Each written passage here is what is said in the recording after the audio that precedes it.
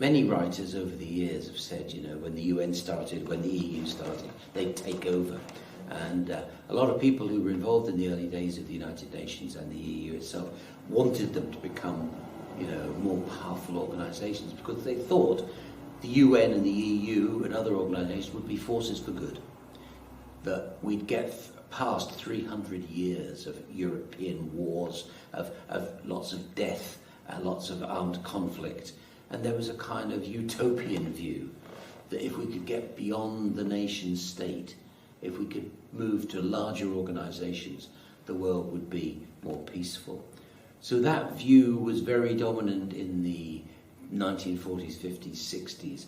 I think as the EU and the UN have developed, what people have observed is that they've become more and more the forums within which interstate rivalry takes place. So you look at Syria and you look at the UN's inability to act in Syria.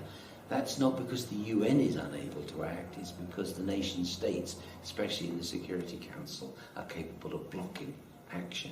You look at the EU and you think, well, why can't the EU solve, you know, the Greek crisis?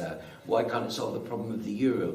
And it's not that the EU can't, it's because there are different national interests sitting there within the European Union. So despite the fact that a lot of people saw the UN and the EU and other organisations as eroding the state and replacing the state, my view is that politics occurs in a variety of locations, and thus the EU and the UN have become, I'm afraid to say, less independent actors and much more the tools of state for the furtherance of their foreign policies.